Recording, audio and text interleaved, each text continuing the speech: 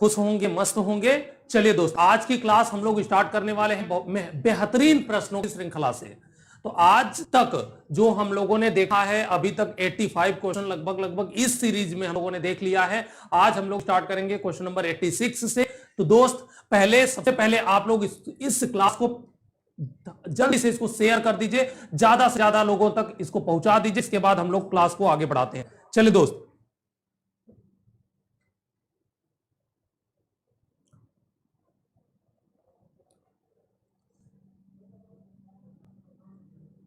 और आज आप लोग जल्दी जल्दी इसको शेयर कर दीजिए। पहले आप इसको जो है शेयर कर दीजिए ताकि संख्या बढ़ सके, और जब संख्या बढ़ेगी तो लोगों के कमेंट्स आएंगे और आंसर आएंगे। जब आपके आंसर आते हैं तो उससे मेरा पढ़ाने का जो उत्साह है वो बहुत अच्छा होता जाता है। ठीक है, तो इसलिए आप जल्दी से पहले आप जो है इसको क्या करिए, आप इसको शेयर कर दीजिए दोस्त। चलिए शुरू करते हैं। एक दो लोग जुड़ गए हैं, स्टार्ट करते हैं दोस्त। यहां पे हम लोगों ने कल देख लिया था 86 नंबर तक ईमेल क्या है। ठीक है, कल हम लोगों की क्लास किन्हीं कारणों से नहीं हो पाई थी, बट अब जो है कोई क्लास में वो नहीं होगा। ठीक है, चलिए क्वेश्चन नंबर 87 है दोस्त। निम्नलिखित कथनों में से कौन सा कथन समाजवाद की विशेषता नहीं बताता है? समाजवाद व्यक्ति की पृथक सत्ता नहीं मानता, समाजवाद व्यक्ति को समाज का अंग मानता है, समाजवाद पूंजीवाद का महत्वपूर्ण स्थान है, समाजवाद में प्रतियोगिता का महत्वपूर्ण स्थान है दोस्त। चलिए दोस्त, जल्दी से इसका कमेंट करके राइट आंसर बताइए। बहुत मजेदार प्रश्न है और बहुत ही महत्वपूर्ण प्रश्न है दोस्त। शेयर कर दीजिए ताकि संख्या आपकी बढ़ती रहे लगातार, और कमेंट भी करते रहिए। जो भी लोग जुड़ते जा रहे हैं आप अपना कमेंट करते रहिए, ताकि आपको जो भी लग रहा है, गलत सही जो भी लग रहा है, आप इसका कमेंट करिए, आंसर करिए इसका। चलिए दोस्त,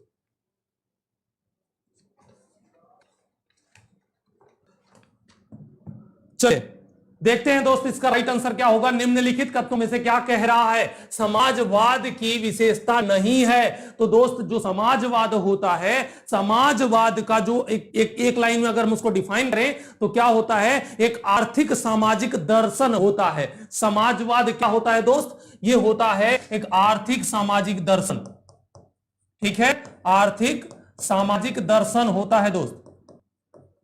अब अगर हम लोग आर्थिक सामाजिक दर्शन की बात करें तो उसमें क्या हो जाता है? इसमें जो है समाजवादी व्यवस्था में क्या क्या चीजें हो जाती हैं दोस्त? धन संपत्ति का स्वामित्व एवं वितरण समाज के नियंत्रण के अधीन रहता है। क्या रहता है? समाज के नियंत्रण के अधीन रहता है। इसके साथ ही साथ आर्थिक सामाजिक और वैचारिक प्रत्यय के तौर पर समाजवाद निजी संपत्ति पर आधारित अधिकारों का विरोध करता है। ये सीधे सीधे समाजवाद का मतलब क्या हुआ? एक जो है कम्युनिटी इकोनॉमी की बात करता है, यानी इसमें किसी एक व्यक्ति विशेष के धन की बात नहीं करता, यह समाज के धन की बात करता है। ठीक है, तो समाजवाद है क्या? समाजवाद है एक आर्थिक सामाजिक क्या दर्शन। ठीक है, अब देखते हैं आर्थिक सामाजिक। केवल आप इस चीज को पकड़ लीजिए और इसको पकड़ करके आप आंसर करने का प्रयास करिए। समाजवाद व्यक्ति की पृथक सत्ता नहीं मानता, बिल्कुल नहीं मानता है दोस्त, ये एकदम सही है। समाजवाद व्यक्ति को समाज का अंग मानता है, बिल्कुल। समाजवाद व्यक्ति को समाज का अंग मानता है, एकदम सही है दोस्त। समाजवाद पूंजीवाद का महत्वपूर्ण स्थान है, बिल्कुल। तो ये कह रहा है आर्थिक बंटवारा होता है दोस्त, तो यहां पे ये भी सही है। तो चूंकि तीनों सही नहीं हो सकते तो सही क्या होगा दोस्त? ये जो option number D is very correct answer. समाजवाद में प्रतियोगिता का महत्वपूर्ण स्थान है, तो समाजवाद में कहीं पर भी प्रतियोगिता की बात नहीं होती है दोस्त। होती क्या है? ये तीनों बातें होती है लेकिन चौथी बात नहीं होती है। ठीक है, तो option number D is very correct answer. Okay, चलिए दोस्त, गुड इवनिंग सीमा यादव जी, उपमा मौर्य जी, गुड इवनिंग। चलिए संदीप कुमार आर्मी जी, गुड इवनिंग। चलिए दोस्त, एक बार आप इसको शेयर कर दीजिए ताकि क्वेश्चंस की संख्या जैसे जैसे बढ़े वैसे वैसे संख्या भी बढ़नी चाहिए आप लोगों की।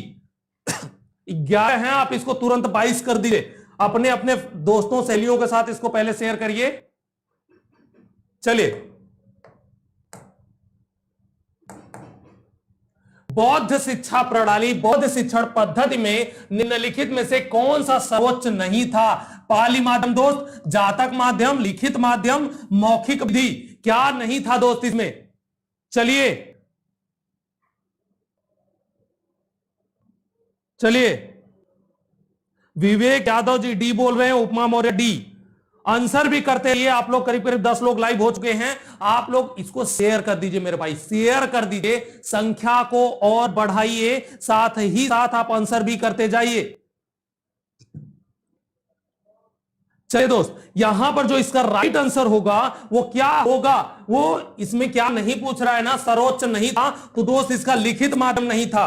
पाली माध्यम में तो क्या चीजें थी, पाली माध्यम में पिटक नामक ग्रंथ लिखा गया था। जो बौद्ध धर्म के जो ग्रंथ लिखे गए वो पाली भाषा में लिखे गए थे। तो बौद्ध धर्म के जो ग्रंथ इस भाषा में लिखे गए, तो इसकी बात तो हुई ही हुई। जातक माध्यम जो है तो वो बौद्ध यानी महात्मा बुद्ध के जन्म से संबंधित जो कथाएं प्रचलित हुई, उन कथाओं को जातक कथाएं कहा गया दोस्त। तो यहां पे जातक माध्यम भी था आपका। ये क्या था, महात्मा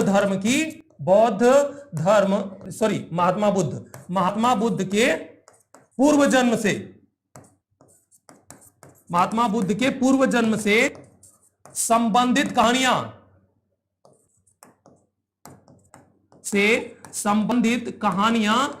इसमें आ गई दोस्त, वो आ गई आपकी जातक कथाएं में।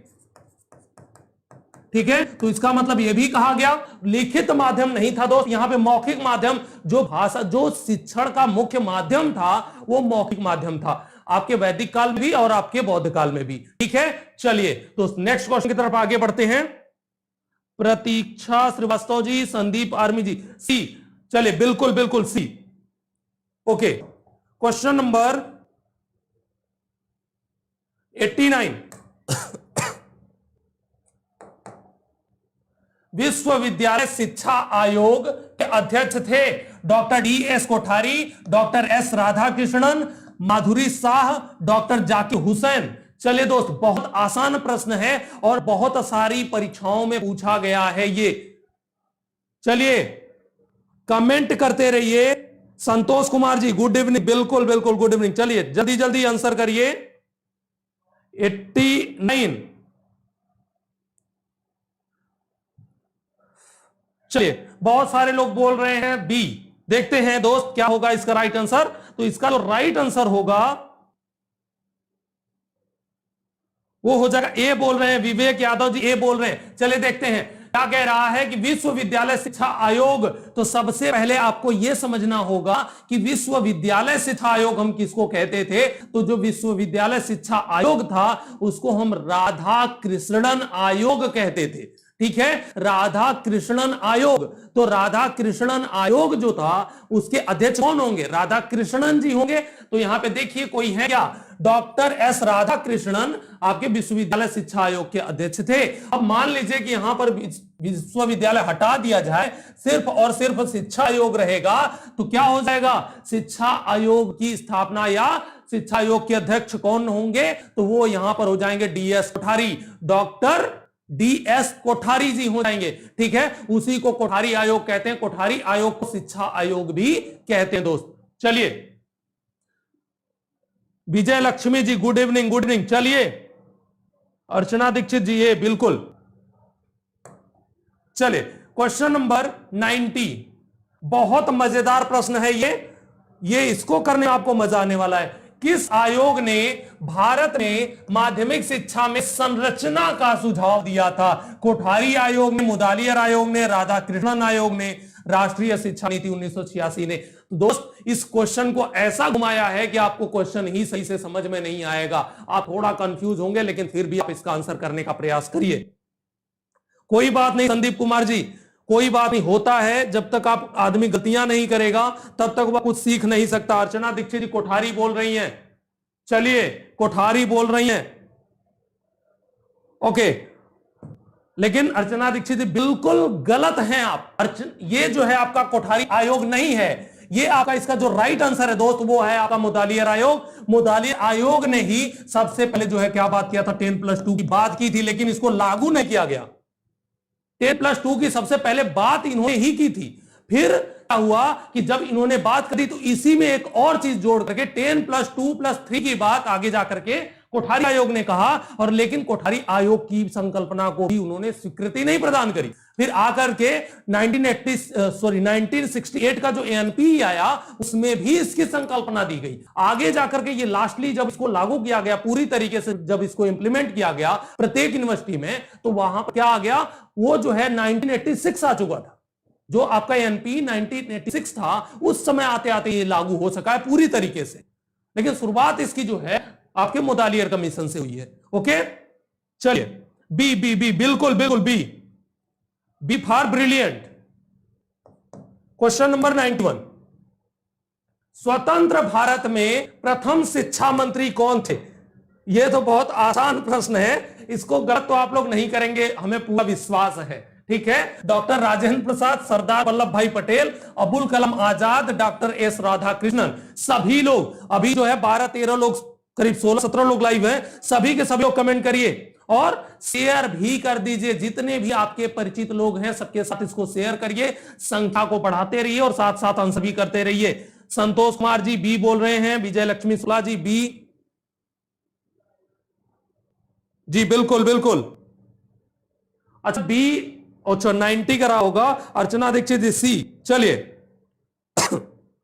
ओके, देखते हैं क्या है इसका राइट आंसर। स्वतंत्र भारत के प्रथम शिक्षा मंत्री दोस्त ये क्या है? Option number C is very correct answer. जिन लोगों ने भी ऑप्शन नंबर सी बोला था वो एकदम सही है। ठीक है दोस्त, चलिए क्वेश्चन नंबर 92। चलिए अब ये थोड़ा थोड़ा टफ प्रश्न आना शुरू हो गया है। अब आप लोगों के समक्ष धीरे धीरे टफ प्रश्न आता जाएगा। ठीक है, शरण त्रयी संबंधित थी वैदिक शिक्षा प्रणाली से, बौद्धिक शिक्षा प्रणाली से, मुस्लिम शिक्षा प्रणाली से, यूरोपीय शिक्षा प्रणाली से। दोस्त जल्दी से इसका राइट आंसर कमेंट करके बताइए। सुपर मिक्सअप 91 का सी बिल्कुल। अच्छा उपमा मौर्य बी बोल रही है, कोई बात नहीं। चलिए अब इसका बोलिए।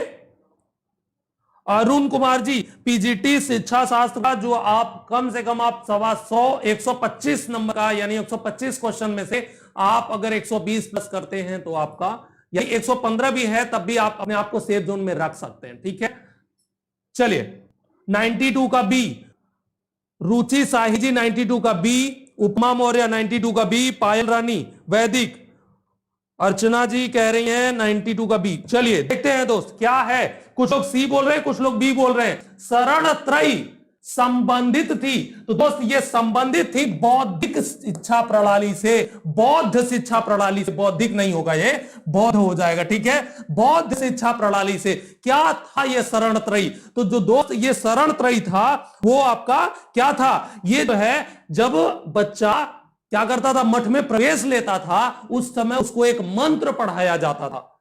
जब बौद्ध मठ में वो प्रवेश लेता था, जब उसका संस्कार होता था, कौन सा संस्कार उसमें होता था उस समय? जब उसका पवज्जा संस्कार होता था तो उस समय उसको एक मंत्र पढ़ाया जाता, बुद्धम शरणम गच्छामि, धम्मम शरणम गच्छामि, बुद्धम शरणम गच्छामि, धम्मम शरणम गच्छामि, संघम शरणम गच्छामि। दोस्त ये 3 जो मंत्र पढ़ाए जाते थे, इन्हीं मंत्रों को क्या कहा गया? शरण त्रयी कहा गया। इसी को जो है शरण त्रयी कहा गया। ये किससे संबंधित थे? ये बौद्धकालीन शिक्षा से संबंधित थे। ठीक है दोस्त, चलिए 92 का बी, जितने लोग भी बोल रहे हैं। चलिए अर्चना जी और इसके बाद आपका संतोष कुमार जी बी, बिल्कुल बिल्कुल B for brilliant is right answer. Okay, question number 93। आज आप लोगों की संख्या बहुत ही कम है, बहुत ज्यादा कम है आपकी संख्या। इतनी कम संख्या नहीं होनी चाहिए भाई, थोड़ा सा बढ़ाइए इसको, थोड़ा सा प्रयास करेंगे। आप अपने जितने भी ग्रुप हैं आप एक बार उनको शेयर कर दीजिए ताकि संख्या बढ़ाई जा सके, बढ़ सके। ठीक है, हंटर आयोग का गठन किया गया था 1904 में, 1981 में, 1882 में, 1884 में। चले दोस्त, हाँ बिल्कुल अरुण कुमार जी, शिक्षा शास्त्र की वैकेंसी करीब करीब 100-125 के आसपास वैकेंसी आएगी, 125 सीट आएगी लगभग। ठीक है, तो अभी से लग जाइए। विजय लक्ष्मी शुक्ला जी, अभी देखिए, अभी मुझे मालूम नहीं है हिंदी नेट का है क्या सीन है, तो जैसे ही मुझे पता चलेगा मैं आपको बता दूंगा। ठीक है, अभी मैं पूछ लेता हूं फिर बताता हूं आपको। रुचि साहनी जी, रुचि साही 93 का सी, सुपर मिक्सअप 93 का सी, पायल रानी 1982 बिल्कुल जितने लोग भी सी बोल रहे हैं, आई होप सभी का आंसर सही होगा। हंटर आयोग का जो गठन हुआ था मेरे भाई, वो हुआ था 1882 में, 1882 में। Option number C is very correct answer. Okay, चलिए क्वेश्चन नंबर 94। चलिए अब थोड़ा सा दमदार प्रश्न आया है आपके समक्ष। ये हर किसी के लिए जरूरी है, जितना भी टीचिंग कॉम्पिटिटिव एग्जाम से जुड़े हुए लोग हैं सभी के लिए है। रोरसा परीक्षण में कितने कार्ड्स होते हैं? 8 होते हैं, 10 होते हैं, 12 होते हैं या 5 होते हैं? चलिए दोस्त जल्दी बताइए इसका राइट आंसर क्या होगा। 94, क्वेश्चन नंबर 94। और एक बार आप लोग शेयर भी करते रहिए, साथ ही साथ आंसर भी करिए और शेयर भी करिए, ताकि मजा आए प्रश्नों को पढ़ने में और समझने में।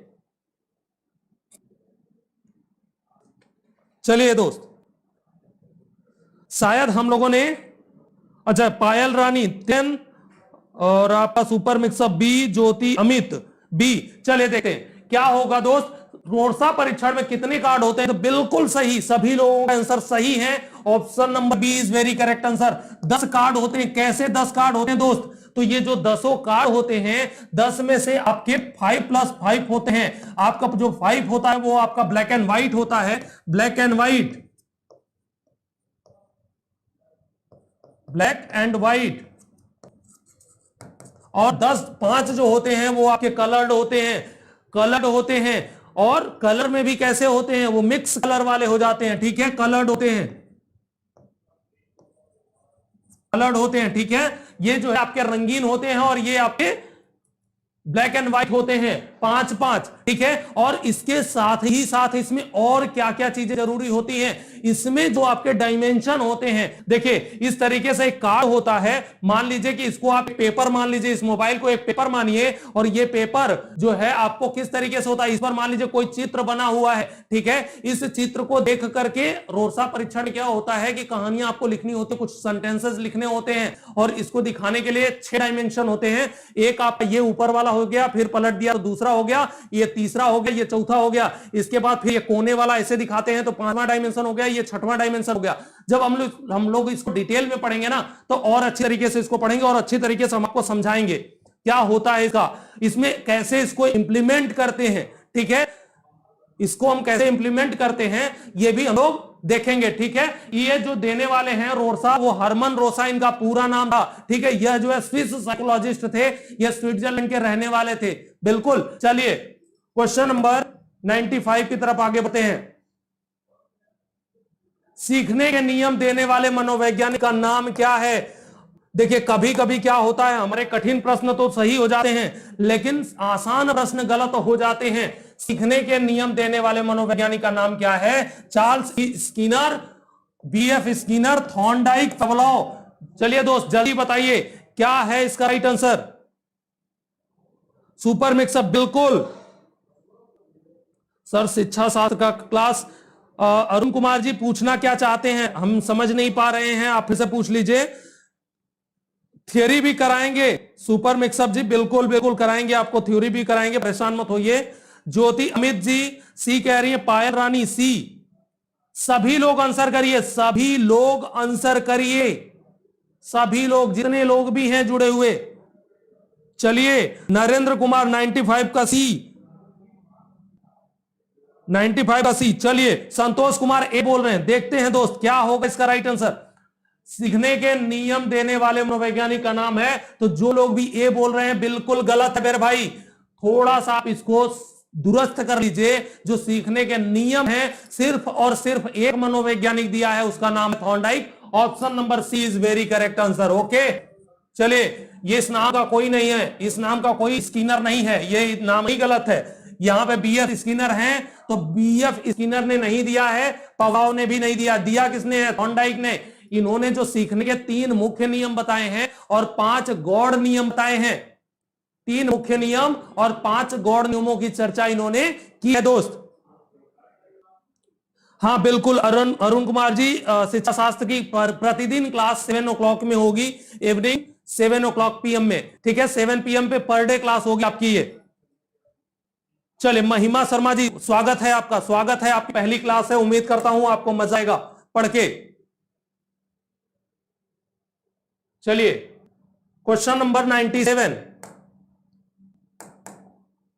बुद्धि ने स्टैनफोर्ड, बुद्धि के मिस्टेक के कारण जो है एकदम क्वेश्चन का मतलब ही समझ आए, बुद्धि के स्टैनफोर्ड बीने स्केल का विकास देश में किया गया, किस देश में किया गया? ठीक है, अमेरिका में, जापान में, फ्रांस में, जर्मनी में। चलिए दोस्त जल्दी बताइए इसका राइट आंसर क्या होगा? 7 बजे दोस्त, 7 बजे।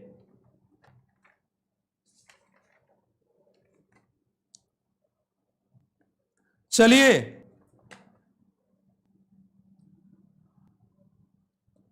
कौन? नागेंद्र गुप्ता जी, बिल्कुल आपके लिए भी महत्वपूर्ण है, चाहे आप यूपी टेट के हो, चाहे आप सुपर टेट के हो, चाहे आप केवीएस के हो, एनवीएस के हो, किसी भी कैटेगरी का एग्जाम आप दे रहे हो, टीचिंग कॉम्पिटिटिव एग्जाम दे रहे हो, हर किसी के लिए ये इंपॉर्टेंट है। ठीक है दोस्त, सभी लोग बोल रहे हैं सी।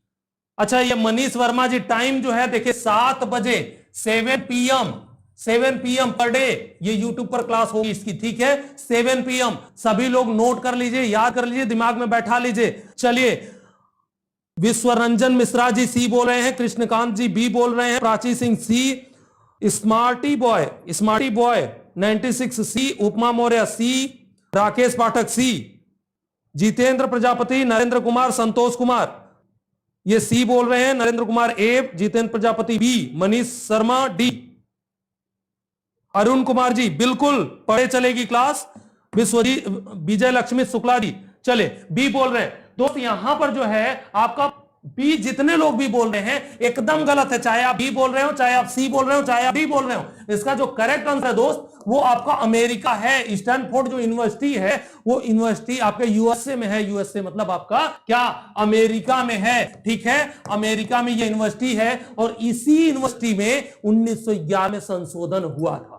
ठीक है, पहली बार जब संशोधन हुआ बीने का जो परीक्षण था, बुद्धि परीक्षण था, उसका जब संशोधन हुआ तो वो जो है कहां पर हुआ था? वो स्टैनफोर्ड यूनिवर्सिटी में हुआ था। ठीक है, तो इसीलिए इसको जो है स्टैनफोर्ड बीने साइमन परीक्षण कहा जाता है। ओके दोस्त, चलिए इसका जो राइट आंसर होगा option number A for America is very correct answer. चलिए दोस्त नोट करते जाइएगा, एक एक पोर्शन, एक एक प्रश्न यूनिवर्सिटी मतलब महत्वपूर्ण है। लिप्जिग यूनिवर्सिटी में दोस्त आपका पहली आपकी मनोवैज्ञानिक प्रयोगशाला की स्थापना हुई थी 1889 में। 1889 में आपका जो है प्रथम मनोवैज्ञानिक प्रयोगशाला की स्थापना हुई थी, विलियम उंट ने किया था लिप्जिग विश्वविद्यालय में। ठीक है दोस्त, आपका इसके पहले वाला जो प्रश्न था वो नहीं होगा। शिक्षा मित्र योजना की राजाज्ञा द्वारा कब क्रियान्वित करने की स्वीकृति मिली थी? 1/7/1999 को, 10/5/1999 को, 26/5/1999 को, उपरयुक्त में से किसी भी दिन नहीं। चलिए दोस्त 1904 1911 में हुआ, 1911 में हुआ था दोस्त। चलिए सुपर मिक्सअप 97 का ए, विजय Lakshmi Shukla ji okay okay thank you. चलिए विलियम उंट, अच्छा ये आप लोग पता नहीं क्या लिखते रहते हैं। 97 का ए होगा दोस्त, 97 का ए। चलिए देखते हैं दोस्त आप लोग क्या लिख रहे हैं। शिक्षा मित्र योजना जो कि आज की क्या हो गई है? सिर दर्द योजना हो गई है। एक तरीके से अगर हम लोग बात करें तो यह सिर दर्द योजना हो गई है। इतना ज्यादा इसमें कॉम्प्लिकेशंस आ गए हैं कि रहेंगे कि जाएंगे, रहेंगे कि जाएंगे, ये एकदम ज्यादा कॉम्प्लिकेटेड सिचुएशन में आ गए बेचारे। ठीक है, तो ये योजना जो लागू आई है वो जो है दोस्त आपकी 26 मई 1999 को यह राजाज्ञा के रूप में आई थी।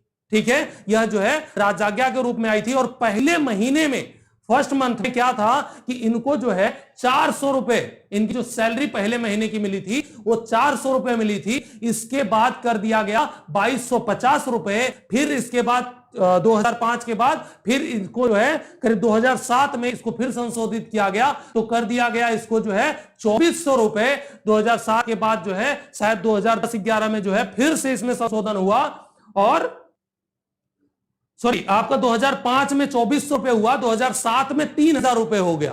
ठीक है, फिर आकर के जब ये कुछ लोग आए और 2012 में इसको आपका नियमितीकरण की बात होने लगी फिर धीरे धीरे धीरे धीरे फिर से ये अनियमित हो गए, 10,000 रुपए पर ये काम कर रहे हैं। किस सन में 2000 मतलब 10,000 रुपए हो गया, 2017 से ये 10,000 रुपए पर काम कर रहे हैं दोस्त। ठीक है, तो इसका जो राइट आंसर हो जाएगा वो आपका ऑप्शन नंबर सी हो जाएगा। चलिए, बिल्कुल संगीता त्रिपाठी जी, बिल्कुल वैकेंसी आती है इसकी और अच्छी पोस्ट आती है। आप अगर सोशियोलॉजी से, साइकोलॉजी से, इससे देना चाहते हैं तो इससे तो अच्छी ही वैकेंसी एजुकेशन में आती है, करीब करीब 100 सीट के आसपास आएगी। ठीक है, 100 सवा 100 के आसपास सीट आएगी, तो अच्छी खासी वैकेंसी होने वाली है। विश्व भारती किस प्रकार की विश्वविद्यालय है? डीम्ड विश्वविद्यालय है, केंद्रीय विश्वविद्यालय है, राज्य महाविद्यालय है, महाविद्यालय है दोस्त। चलिए, बहुत आसान प्रश्न है लेकिन महत्वपूर्ण है। चलिए, शेयर करते रहिए, शेयर करते रहिए दोस्त। एक बार आप जो है, जितने लोग 40-45 लोग लाइव हैं, 40-45 लोग अगर आप एक बार इसको शेयर कर देंगे तो संख्या 100 के पार हो जाएगी दोस्त।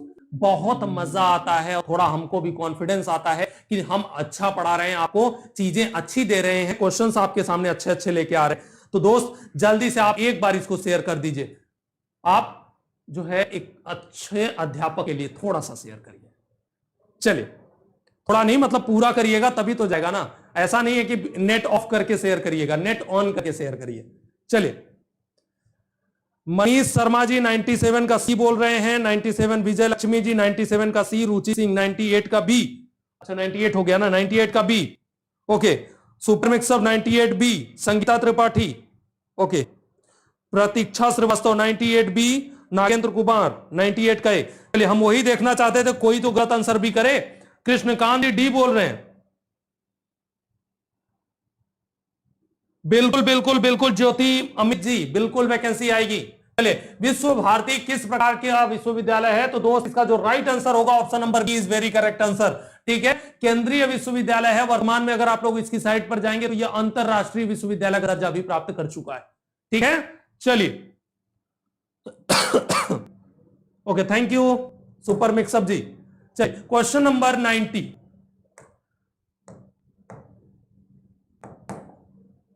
महर्षि अरविंद का शैक्षिक प्रयोग केंद्र कहां है? हिमाचल प्रदेश में है, पौंडीचेरी में है, तमिलनाडु में है, गोवा में है दोस्त। चलिए, 99 का बताइए, question number 99। Shweta Singh B बोल रही हैं, पूजा यादव अच्छा अभी 98 पे ही रुकी है, उपमा मौर्य बी, मनीष शर्मा अभी 98 पर ही। चलिए, एक लोग बोल रहे हैं सुपर मिक्सअप 99 का बी। चलिए दोस्त, देख लेते हैं क्या 99 का option number B is very correct answer. क्या बिल्कुल सही है दोस्त, जो लोग भी बी बोल रहे हैं एकदम सही है। तो महर्षि अरविंद का जो शैक्षिक प्रयोग है केंद्र है वो कहां पर है? वो पौंडीचेरी में है दोस्त, पौंडीचेरी में। ठीक है, चलिए क्वेश्चन नंबर 100। चलिए, अब हम लोग 7 पर पहुंच चुके हैं। अभी इसके बाद दूसरी सीरीज लेके आएंगे। स्वामी विवेकानंद के अनुसार आध्यात्मिक सत्य पर किसका अधिकार होना चाहिए? राजनीतिज्ञों का, पंडितों का, धार्मिक व्यक्तियों का, जन साधारण का दोस्त। चले, ये आपका मेमोरी लेवल का प्रश्न नहीं है, ये अंडरस्टैंडिंग लेवल का प्रश्न है। आपको अपने हिसाब से इसका आंसर करना होगा कि स्वामी विवेकानंद जी का दर्शन कैसा था और वो क्या कहते थे और किन के लिए बात करते थे। जिनके लिए वह बात करेंगे वही इसका आंसर हो जाएगा दोस्त। 100 का डी बोल रहे हैं कंचन कुमारी जी, 100 का डी। चलिए, सभी लोग आंसर करिए। 38 लोग हैं। अगर आप लोग, अरुण कुमार जी बिल्कुल धीरे धीरे आप सब जान जाएंगे, बुक का नाम भी बताएंगे हम आपको। ज्योति अमित जी डी, विजय लक्ष्मी शुक्ला जी अभी 99 पे ही। सुपर मिक्सअप 100 का डी। ओके, विवेक सिंह जी 100 का सी, श्वेता सिंह डी, संगीता त्रिपाठी डी। राष्ट्र सर्वोपरि, क्या नाम रखा है मेरे भाई, गजब, डी। रुचि शाह डी बोल रही हैं, प्राची सिंह डी। चलिए, जितेंद्र प्रजापति डी, मतलब सभी लोग डी बोल रहे हैं, डी बोल रहे हैं। विवेक सिंह सी बोल रहे हैं। चले दोस्त, तो इसका जो स्वामी विवेकानंद का जो दर्शन था, उस दर्शन को अगर हम लोग देखें तो वो कहते थे कि मैन मेकिंग एजुकेशन की बात की है उन्होंने। आदमी को बनाने की बात की है। आध्यात्मिकता की बात जो उन्होंने करी वो सिर्फ और सिर्फ कहा कि इस दुनिया में जितने व्यक्ति हैं प्रत्येक व्यक्ति को आध्यात्मिक होना चाहिए, और वह आध्यात्मिकता कैसी होनी चाहिए, जो उसके स्व विकास, राष्ट्र विकास और उसके साथ जुड़े हुए लोगों के विकास से संबंधित हो। उस प्रकार का विकास होना चाहिए, उस प्रकार की शिक्षा होनी चाहिए, उस प्रकार की शिक्षा व्यवस्था होनी चाहिए। तो दोस्त जब सर प्रत्येक व्यक्ति की बात करते हैं तो इसका जो राइट आंसर हो जाएगा दोस्त, option number D is very correct answer. आपका क्या होगा? जन साधारण का। स्वामी विवेकानंद जी हमेशा कहा करते थे कि जो शिक्षा हो वो सभी के लिए होनी चाहिए। उनके लिए कुछ भी अगर लाए जाए, कुछ भी, कोई भी संशोधन हो, कोई भी चीज, कोई भी पर्सपेक्टिव में बात की जाए तो हर एक पर्सपेक्टिव में ऑल पीपल की बात होनी चाहिए, सिलेक्टेड पीपल की बात नहीं होनी चाहिए। ठीक है दोस्त, चलिए अरुण कुमार जी बिल्कुल बता देंगे हम आपको, ठीक है, परेशान मत होइए। चले अभी तो 100 इसमें हो गए, 1 मिनट का समय दीजिएगा बस, अभी थोड़ा सा चेंज करेंगे, इसके बाद हम लोग नेक्स्ट क्वेश्चन की तरफ आगे बढ़ेंगे।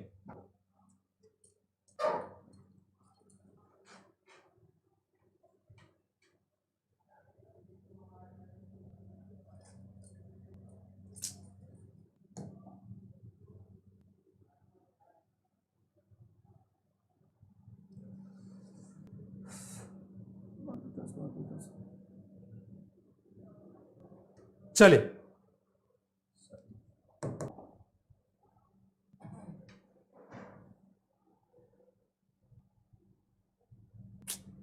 बैक कैसे जाए? बैक बैक बैक बैक कैसे आएगा?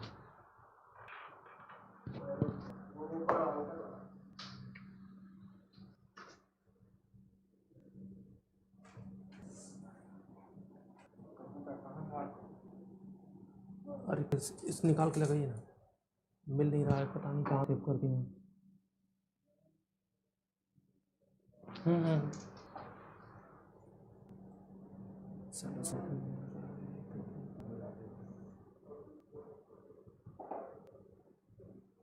चलिए 101 नंबर आ गया क्वेश्चन, ठीक है, ओके। चलिए चलिए दोस्त, यहां पे आपका क्या है? मापन की व्यक्तिनिष्ठ विधि। क्वेश्चन नंबर 101 है आपके समक्ष, जो कि आपके, देखिए आप लोग देख रहे होंगे कि साइकोलॉजी से बहुत प्रश्न पूछे गए। जो क्वेश्चन कराने का जो पर्पस है वो मात्र इतना है कि किस पर्सपेक्टिव से, किस सब्जेक्ट से सबसे ज्यादा प्रश्न पूछे गए हैं और किस पोर्शन से सबसे ज्यादा प्रश्न पूछे गए। अगर वो हम लोग सिलेक्ट कर लेंगे तब हमें पढ़ने में आसानी हो जाएगी। ठीक है, तो आप क्वेश्चंस को सॉल्व करिए, बोर महसूस मत करिए। ठीक है, चलिए मैक्सिमम जितना क्वेश्चन हो जाए, मनीष शर्मा जी, जितने क्वेश्चन हो जाए 1 घंटे में उतने क्वेश्चन हम कराते हैं। मापन की व्यक्तिनिष्ठ विधि कौन सी है? साक्षात्कार है, अवलोकन है, प्रश्नावली है, प्रक्षेपीय विधि है। चलिए दोस्त, इसके पहले भी इससे संबंधित प्रश्न आ चुके हैं आपके समक्ष। सुपर मिक्सअप ए, पायल रानी ए, कंचन कुमारी बी, शिव सेवक प्रजापति बी, रुचि शाही ए। चले, जितने लोग भी अभी तक आंसर किए हैं सबका गलत है, सबके सब गलत हो। चलो यहां पर मापन की व्यक्तिनिष्ठ विधि कौन सी है? अच्छा यहां कौन सी है नहीं होगा, सॉरी यहां पे नहीं है होगा। कौन सी नहीं है? ठीक है, नहीं है, इन्होंने गलत थोड़ा टाइप कर दिया है, नहीं है, क्योंकि आप देखिए अब तो हमको बताना ही पड़ जाएगा। ये साक्षात्कार विधि, अवलोकन विधि, प्रश्नावली विधि, ये तीनों के तीनों आपके क्या है? ये आपके व्यक्तिनिष्ठ विधि के अंतर्गत आते हैं। इसके बाद कौन नहीं आता है? ऑप्शन नंबर डी, प्रक्षेपी प्रोजेक्टिव टेक्निक के अंतर्गत आता है। ठीक है, प्रोजेक्टिव प्रक्षेपी तकनीक वो अलग हो जाती है, वो व्यक्तिनिष्ठ के अंतर्गत नहीं आती है दोस्त। ठीक है, चलिए अब आप लोग एकदम सही हैं। Question number 102। चलिए कुछ प्रश्न आपके सामने स्टैटिस्टिक्स के हैं। कौन सा केंद्रीय प्रवृत्ति का माप नहीं है दोस्त? मानक विचलन, बहुलक, मध्यांक या मध्यमान? चलिए बहुत आसान प्रश्न है, क्लास 9 10 में आपने पढ़ लिया होगा इसको। जो लोग भी मैथमेटिक्स बैकग्राउंड से नहीं है उन सभी को तब भी उनको पता होगा इसका राइट आंसर क्या होगा। 102 का आंसर करिए और जल्दी जल्दी थोड़ा करिए और इसको शेयर कर दीजिए, संख्या 100 के आसपास पहुंचा दीजिए, बहुत मजा आएगा। ठीक है, सुधांजलि चौधरी डी, पायल रानी ए, प्रतीक्षा श्रीवास्तव जी ए, विजय लक्ष्मी शुक्ला जी डी, मनीषा शर्मा ए, ज्योति अमित ए। चलिए दोस्त देख लेते हैं, सभी लोग अभी ए भी बोल रहे हैं, कोई डी भी बोल रहा है, कोई सी भी बोल रहा है। देखते हैं क्या है इसका राइट आंसर, कौन सा केंद्रीय प्रवृत्ति। तो दोस्त यहां पर सेंट्रल टेंडेंसी में केवल 3 ही चीजें आती हैं। Central measurement of central tendency में केवल 3 चीजें, मीन, मीडियन और मोड। मीन, मीडियन और मोड, यानी आपका ये भी आता है, ये भी आता है, ये भी आता है। ऑप्शन नंबर ए यानी मानक विचलन, स्टैंडर्ड डेविएशन नहीं आता है। ठीक है, ये वेरिएबिलिटी के अंतर्गत आता है। मेजरमेंट ऑफ वेरिएबिलिटी की जब हम बात करते हैं तब इसकी बात करते हैं दोस्त। तो ये तो आपका नहीं आता है, क्या आता है? Option number A is very correct answer. यहां पे पूछ क्या रहा है, नहीं है। ठीक है, तो यानी आपका बहुलांक, मध्यांक और मध्यमान तो होता है और ये नहीं होता है। ठीक है दोस्त, चलिए कोई बात नहीं, सब समझ में आएगा। सुपर मिक्सअप जी एकदम एक एक पोर्शन आपको समझ में आएगा, विश्वास रखिए और थोड़ा कंटिन्यूटी बना के रखिए। ठीक है, चलिए अब स्टैटिस्टिक्स वाला पोर्शन आपके लिए थोड़ा टफ हो सकता है, लेकिन इसमें इतना भी टफ प्रश्न नहीं आते हैं। ठीक है, चलिए सहसंबंध गुणांक का मान होता है सदैव ही शून्य होता है, सदैव ही धनात्मक होता है, सदैव ही ऋणात्मक होता है, धनात्मक व ऋणात्मक दोनों होता है। चलिए दोस्त 103 का आंसर करिए और एक बार आप इसको शेयर कर दो मेरे भाई। 36 लोग अगर लाइव हो, आप 50 तक पहुंच करके फिर से रिटर्न हो गए, 36 हो, आप एक एक को शेयर करोगे 72 हो जाएगा। ठीक है, एक बार आप इसको शेयर कर दीजिए, एक बार इसको शेयर करिए। कंचन कुमारी जी 103 का डी, ज्योति अमित सी। चलिए देखते हैं दोस्त, 103 का ए, 103 का बी, 103 का डी। चलिए देखते हैं, सभी लोग ए बी डी में कंफ्यूज हैं। तो दोस्त इसका जो राइट आंसर होगा वो होगा धनात्मक व ऋणात्मक दोनों। Option number D is very correct answer. क्यों? क्योंकि जो आपका सहसंबंध गुणांक होता है ना, आपका जो कोरिलेशनल कोफिशिएंट होता है, उसकी जो वैल्यू होती है वो इतनी, इससे कम ही आएगी हमेशा, इससे ज्यादा नहीं आएगी। ठीक है, कितने से? +-1 से। ठीक है, +-1 के आसपास ही रहेगी। यानी ये जो वैल्यू होती है आपकी एनपीसी में, आपका क्या होगा, ये आपका अगर इस तरीके से बांट लें और इस तरीके से, तो आपका क्या आ जाएगा, 1SD -1SD +1SD। ठीक है, तो ये दोनों की जो वैल्यू होती है इतने के ही बीच में हमेशा आपका कोरिलेशन आएगा, +-1SD के बीच में ही आएगा। ठीक है, तो प्लस माइनस हो गया तो यहां माइनस और यहां प्लस, तो इसका मतलब इधर भी आपका कोरिलेशन की वैल्यू आ सकती है और इधर भी आ सकती है। तो कहने का मतलब क्या हो गया, धनात्मक व ऋणात्मक दोनों होगा मेरे भाई। ठीक है, 103 का क्या राइट आंसर हो जाएगा, वो हो जाएगा ऑप्शन नंबर डी। चलिए क्वेश्चन नंबर 104। चलिए अब तो ये सभी के लिए इंपॉर्टेंट है, ये यूपी टेट में भी पूछा गया प्रश्न है। यूपी टेट ले लीजिए, सी टेट ले लीजिए, या आप केवीएस ओवीएस कोई भी एग्जाम ले लीजिएगा, इसमें आपका मध्यांक से प्रश्न पूछा ही जाता है। चलिए जल्दी से इसका राइट आंसर दीजिए। अगर आप लोग इसका राइट आंसर देते हैं तो मैं अगले प्रश्न को डील कराऊंगा, अच्छे से समझाऊंगा, लेकिन अगर आप इसका गलत कर देते हैं तो फिर त्रिभुवन कुमार सिंह, सहसंबंध गुणांक मेरे भाई, इसमें क्या होता है कि आपका जब कोई सहसंबंध गुणांक को जब मेजर करते हैं तो 3 प्रकार का कोरिलेशन होता है, आपका पॉजिटिव, नेगेटिव और जीरो। ठीक है, तो आपका जो पॉजिटिव कोरिलेशन होता है मेरे भाई, उसमें क्या होगा कि अगर आप कोई 2 वेरिएबल की बात हमेशा होगी इसमें, किसी एक वेरिएबल को बढ़ाने पर जब दूसरे वेरिएबल में भी वृद्धि हो जाए, जैसे आप कहते हैं ना कि मान लीजिए आपको जितना चीनी डालेंगे उतना ही चाय मीठी हो जाएगी। ठीक है, तो कहने का मतलब क्या है कि जितना आप चीनी डाल रहे हैं उतना ही आपकी चाय मीठी हो जा रही है। इसका मतलब क्या हो गया कि सकारात्मक, क्या हो गया, सकारात्मक कोरिलेशन, सहसंबंध हो जाएगा, धनात्मक सहसंबंध होगा। लेकिन जब ऋणात्मक होता है तो ऋणात्मक वाले में क्या हो जाता है कि जितना आप प्रयास करते हो उससे कम आपको मिलता है, उसमें पॉजिटिव नेगेटिव दोनों आ जा रहा है। चलिए हम लोग इसको इस पर एक लेक्चर ही रख लेते हैं, ज्यादा बेहतर आ जाएगा। ठीक है सर, सोल्ड करना होगा 104 का, सोल्ड करना होगा। त्रिभुवन कुमार सिंह जी बिल्कुल, अभी हम लोग इसको डिस्कस करेंगे एक अलग लेक्चर में। ठीक है, कल रख लेते हैं, कल इसको हम लोग डील कर लेंगे। अभी क्वेश्चन देख लेते हैं सही से। ओके 104 का सी बी, कोई सी कोई बी बोल रहा है। देखते हैं, सबसे पहले आपको क्या करना होगा इसमें, सबसे पहले इसको जो है आपको आरोही अवरोही क्रम में बदलना होगा। ठीक है, तो आप चेंज करिए इसको। सबसे पहले आप लोग देखिए, एक बार चेंज कर लीजिए, क्या क्या होगा, 24 हो जाएगा, फिर क्या होगा आपका 25 होगा। चले सही करके आप इसका राइट आंसर बताइए। 24 होगा, 25 हो जाएगा, इसके बाद आपका 27 होगा, 27 के बाद आपका क्या आ जाता है, यहां पे 25 हो गया, 27 हो गया, 32 हो गया, 32 के बाद आपका क्या है 49 है, 49 के बाद 50 है, 50 के बाद आपका क्या है, 50 के बाद 60 है, 60 के बाद 77 है, 77 के बाद 88 है मेरे भाई। ठीक है, तो 88 है। अब यहां पे काउंट कर लीजिए, 1 2 3 4 5 6 7 8 9 10 11। ठीक है, अब देखिए इसमें भी 11 है क्या, 1 2 3 4 5 6 7 8 9। अच्छा, दो टो कहां चला गया, 60 32 27।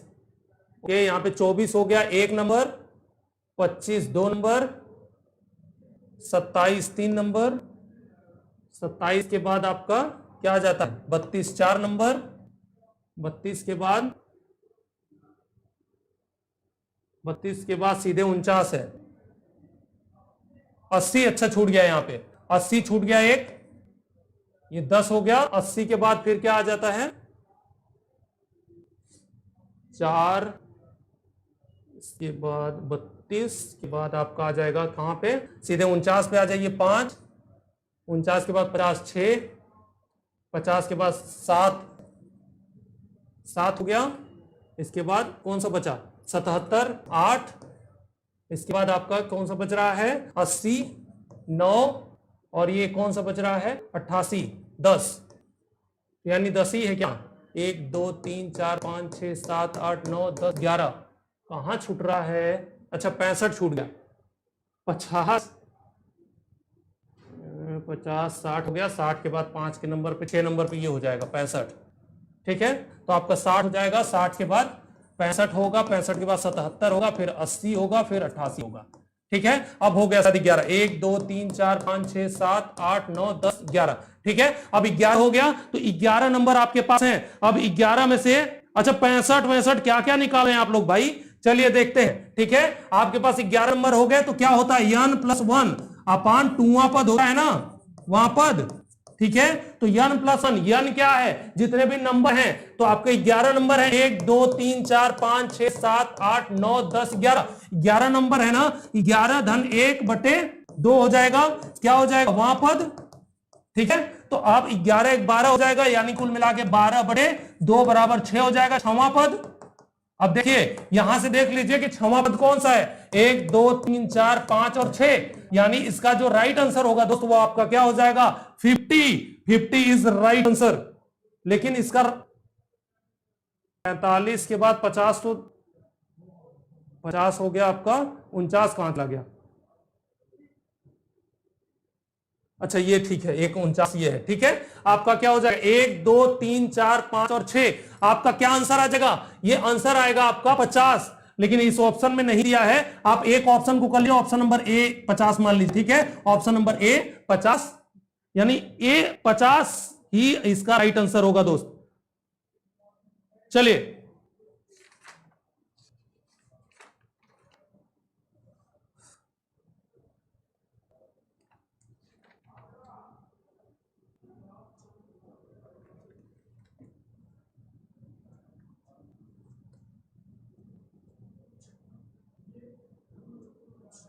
ठीक है, तो इसका जो राइट आंसर होगा दोस्त वो क्या हो जाएगा आपका, वो हो जाएगा 50। ठीक है, चलिए 104 का ऑप्शन नंबर ए हमने कर दिया है, हालांकि ऑप्शन सारे इसमें गलत दिए थे, तो इसका जो राइट आंसर होगा वो 50 होगा। चलिए क्वेश्चन नंबर 105, राष्ट्रीय एकता एक ऐसी समस्या है जिसमें सभ्य राष्ट्र के रूप में हमारे अस्तित्व का घनिष्ठ संबंध है। यह कथन है राधा कृष्णन का, जवाहरलाल नेहरू का, या फिर डॉक्टर के.एल. श्रीमाली का, या डॉक्टर संपूर्णानंद का। चले तो जल्दी से इसका राइट आंसर कमेंट करके बताइए। मनीष शर्मा जी 49 करेक्ट नहीं होगा, इसका राइट आंसर 50 होगा। देखिए हाँ, ये हो सकता है कि उसका चूंकि 50 आंसर नहीं दिया है तो आप 49 लगा सकते हैं, लेकिन उसका आंसर जो आएगा वो 50 ही आएगा। ठीक है, निकाल करके जो राइट आंसर आ रहा है आप उसको उस पर विश्वास करिए। हो सकता है कि वो टाइपिंग एरर हो गई हो, 50 60 जहां 60 लिखा हुआ हो वहां 50 रहा हो। ठीक है, नेहरू जी, पायल रानी जी, नेहरू जी,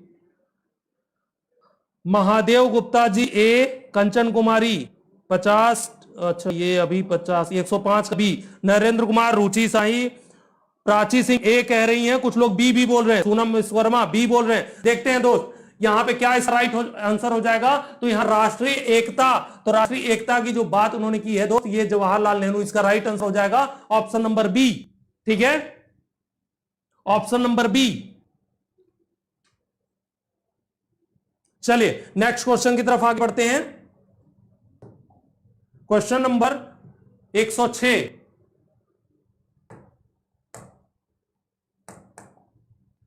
पत्राचार पाठ्यक्रम में किसकी आवश्यकता नहीं है दोस्त?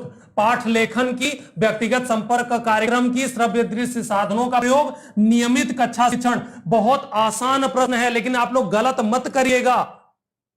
स्वाति पांडे जी, बिल्कुल बिल्कुल आपका नाम लेंगे। चलिए आप आंसर करिए, आंसर करिए आप सभी लोग। एक बार और शेयर करिए, करीब करीब 60 लोग लाइव हो चुके हैं। एक बार आप इसको शेयर कर दीजिए, 100 के ऊपर संख्या को पहुंचा दीजिए। एक बार प्लीज आप एक बार जो है मेरे लिए आप एक बार शेयर करिए। जितने भी ग्रुप हैं आप सभी ग्रुप में आप इसको एक बार शेयर कर दीजिए ताकि संख्या 100 तक पहुंच सके। आज का जो टारगेट है वो सही है, लेकिन धीरे धीरे धीरे धीरे वो बढ़ेगा। आप लोग पहुंचाइए, वो आपकी जिम्मेदारी है। देखिए क्वेश्चंस लेके आना और उनको समझाना वो मेरी जिम्मेदारी है। आपको समझ में आए एक एक चीज, आपके लिए जो चीजें महत्वपूर्ण है वो प्रश्न हम आपके लिए लेकर के आएंगे, लेकिन आपकी भी कुछ जिम्मेदारी है। 106 का डी बोल रहे हैं गीता मेरवी जी और प्रिया राय, 106 का डी, कालिंदी चौहान 106 का डी, सत्येंद्र कांत 106 का डी, प्रतीक्षा श्रीवास्तव डी। चलिए दोस्त देख लेते हैं, सभी लोग डी बोल रहे हैं, सभी लोग डी बोल रहे हैं कि पत्राचार पाठ्यक्रम में किसकी आवश्यकता नहीं होती है। तो दोस्त पाठ लेखन की तो होती ही है ना, होती है ना। इसके बाद व्यक्तिगत संपर्क कार्यक्रम का भी होता है। कभी कभी वीक में तो आप जाते हैं वहां पे क्लास लेने के लिए, या क्लास नहीं भी लेते हैं तब भी आप व्यक्तिगत संपर्क करने, पत्राचार से आप कोई भी कोर्स करेंगे तब भी आप जाते हैं वहां पर कांटेक्ट करने के लिए। ठीक है, तो ये भी होता है। श्रव्य दृश्य साधनों का प्रयोग ये तो बिल्कुल होता ही है। आप अगर इग्नू से कोई कोर्स करिए, आपको आपके पास सीडी आती है, आपके पास टेक्स्ट मटेरियल भी आते हैं, साथ ही साथ आपको सीडी आता है। तो सीडी में आपके ऑडियो भी होते हैं और वीडियोस भी होते हैं। ठीक है, तो इसका मतलब क्या हो गया कि श्रव्य दृश्य साधनों का भी प्रयोग इसमें होता है। तो ये तीनों तो नहीं हो सकते सही, तो इसका जो राइट आंसर हो जाएगा दोस्त ये नियमित कक्षा शिक्षण। तो ये आपका सिर्फ और सिर्फ फॉर्मल एजुकेशन में होता है। फॉर्मल में भी होता है और नॉन फॉर्मल में कभी कभी हो जाता है, लेकिन आपका फॉर्मल में पूरी तरीके से होता है। ठीक है, नॉन फॉर्मल में नहीं होता है। तो ये जो है आपका पत्राचार पाठ्यक्रम वो नॉन फॉर्मल के अंतर्गत आता है, मतलब औपचारिकता जो शिक्षा होती है उसके अंतर्गत आता है दोस्त। चलिए संपर्क कार्यक्रम, लक्ष्मी यादव जी, नहीं ये नहीं होगा दोस्त। जो हमने आपको बताया वही उसका राइट आंसर होगा। क्यों होगा ये भी हमने बता दिया आपको। चलिए बेसिक शिक्षा का कौन सा मुख्य सिद्धांत नहीं है? समवाय पद्धति, स्वावलंबन पद्धति, शिल्प केंद्रित शिक्षण, साहित्य शिक्षण। बहुत आसान प्रश्न है और इसकी बात मेरे भाई किसने करी है? इसकी बात महात्मा गांधी ने करी है। ठीक है, चलिए दोस्त जल्दी से इसका कमेंट करिए। अंजलि उपाध्याय जी हेलो। चलिए जल्दी जल्दी इसका आंसर करिए ताकि प्रश्नों की संख्या बढ़ाई जा सके। जब आप प्रश्नों को जल्दी जल्दी करेंगे तो प्रश्नों की संख्या बढ़ाई जा सकेगी। चलिए, पायल रानी जी डी, बहुत बढ़िया। चलिए मित्र, चलिए देख लेते हैं कि बेसिक शिक्षा पद्धति। तो दोस्त ये जो बेसिक शिक्षा है इसको हम बुनियादी शिक्षा बोलते हैं ना, बुनियादी शिक्षा। इसी को जो है वर्धा शिक्षा भी बोलते हैं, वर्धा शिक्षा। 1937 में इसकी बात महात्मा गांधी ने करी। महात्मा गांधी ने, इन्होंने किन किन बातों पर विशेष ध्यान दिया? इन्होंने कहा कि जो हमारी शिक्षा होनी चाहिए, जो बेसिक शिक्षा होनी चाहिए, उसमें मातृभाषा का प्रयोग होना चाहिए। जो मूल उन्होंने बात करी है उसके लिए उन्होंने क्या क्या बात करी है? तो उन्होंने कहा कि निःशुल्क एवं अनिवार्य शिक्षा होनी चाहिए, शिक्षा निःशुल्क एवं अनिवार्य होनी चाहिए, शिक्षा का माध्यम मातृभाषा होनी चाहिए, शिक्षा में स्वावलंबन होना चाहिए, शिक्षा में समवाय पद्धति को प्रयुक्त किया जाना चाहिए, शिक्षा शिल्प केंद्रित होनी चाहिए, शिक्षा वर्ग भेद को समाप्त करने वाली होनी चाहिए, शिक्षा का आधार अहिंसा होनी चाहिए। ये सारी बातें उन्होंने करी हैं। अब देख लीजिए कौन सा इसमें नहीं आ रहा है। ये भी आ गया, ये भी आ गया, ये भी आ गया, कौन सा नहीं आया? साहित्य शिक्षण, option number D is very correct answer दोस्त। चलिए एक बार और ताकत लगाइए, 69 70 के आसपास हो गए हैं। एक बार और ताकत लगाइए, 100 पहुंचने में कोई देर नहीं है। चलिए क्वेश्चन नंबर 108, प्रयोजनवाद का जन्म स्थान कहां है दोस्त? प्रयोजनवाद का जन्म स्थान कहां है? ब्रिटेन में, भारत में, यूरोप में, अमेरिका में? चलिए दोस्त जल्दी से इसका करेक्ट आंसर बताइए, जल्दी करिए। विमलेश कुमार जी, चलिए आंसर करिए मित्र, आंसर करिए।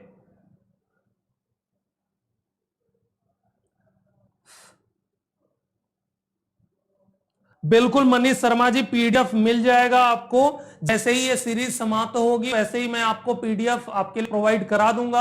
आप जो है चंद्रा इंस्टीट्यूट इलाहाबाद का जो टेलीग्राम चैनल है आप उसको डाउनलोड कर लीजिए, उस चैनल पर आपको इसका पीडीएफ मिल जाएगा दोस्त। चलिए, अच्छा अमेरिका, अमेरिका कोई ब्रिटेन भी बोल रहा है कोई? अच्छा समय पढ़ाती